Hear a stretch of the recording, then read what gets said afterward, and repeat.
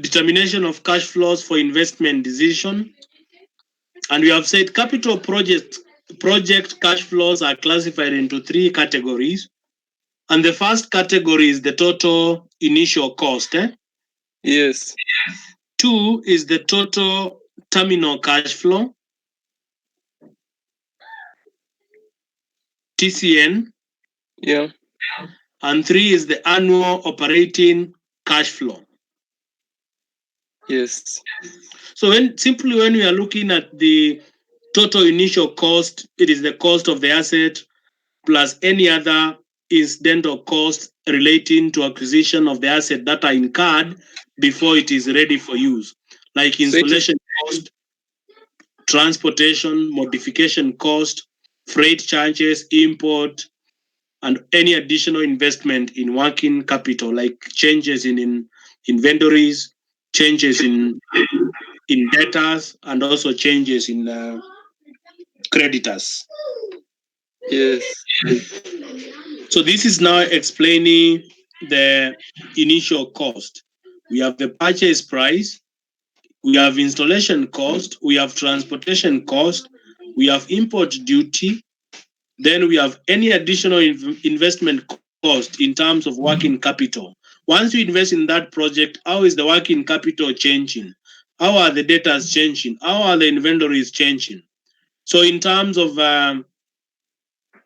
cash flows for the project, that is supposed to be considered to be total initial cost. Yes. It's clear, eh? Yes.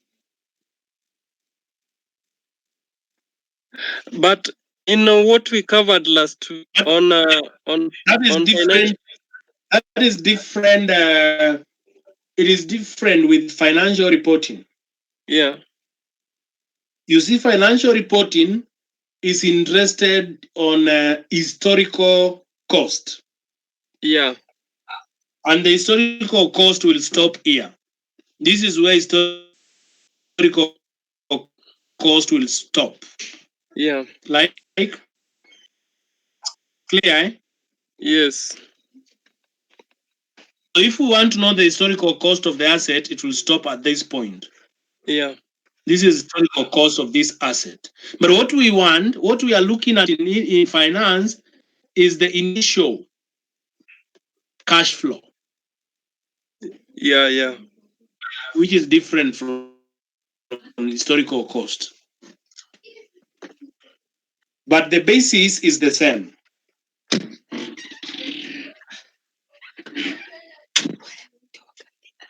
It's clear, Bill? Yes, it is.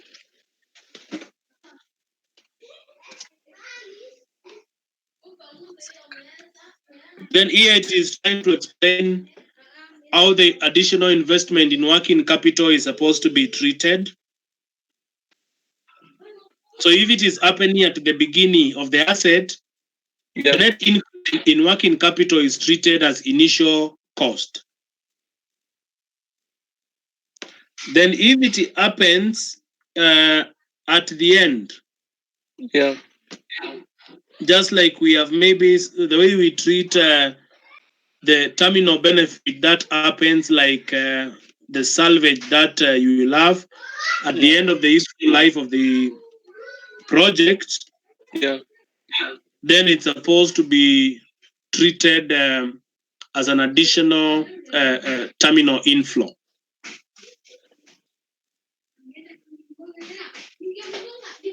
You see the same way we have treated that cash flow. yes. So if this change in working capital happens during the first year, yes, then it will be treated as part of the initial cost or initial cash flow. It's clear. Yes. But if it happens in subsequent years, like the end of the project, like 5th year, then it will be treated as part of inflow, just the same way we treat salvage. Yeah. It's clear, eh? Yeah. Then we have total terminal cash flow. And these total terminal cash flows, these are cash flow which will be realized at the end of the economic life of the asset. And one of them is the salvage value, right? Yes. Which we call the scrap value, disposal value, or residue value, Yes. and the working capital recovered, which I've explained here. It's part of total terminal inflow.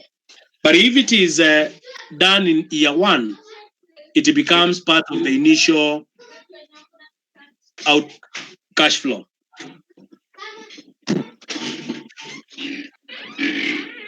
I hope you distinction, Bill. Yeah, it's clear. So this explains TCN, salvage plus working capital recovered. Then this one, the annual net operating cash flows are emanating from the profit, the variable cost, and the fixed cost. Yeah. So this is now the annual, like we are computing the units that have been produced, we multiply by the selling price, we'll get the total sales. Yeah.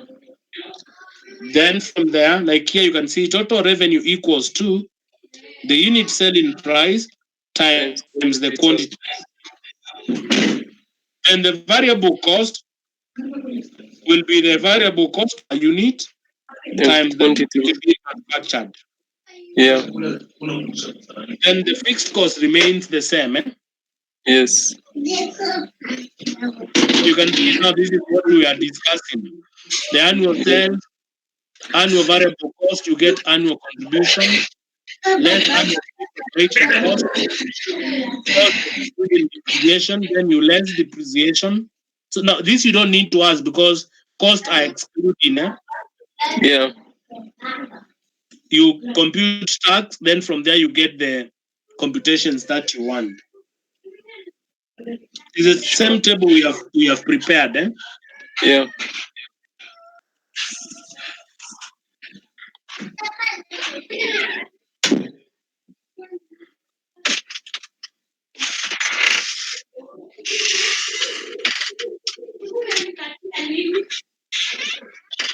So if you recall, Bill, I mentioned something to do with the depreciation is an allowable expense for the purpose of taxation. Yes. So that benefit that you get on depreciation, we usually call it tax shield. It's a tax. It shields you from taxation. Yeah. So it's like a benefit. Yes. So that is why we left depreciation first, then we compute the taxation, then we add depreciation. Yes. So that now explains the operating cash flows.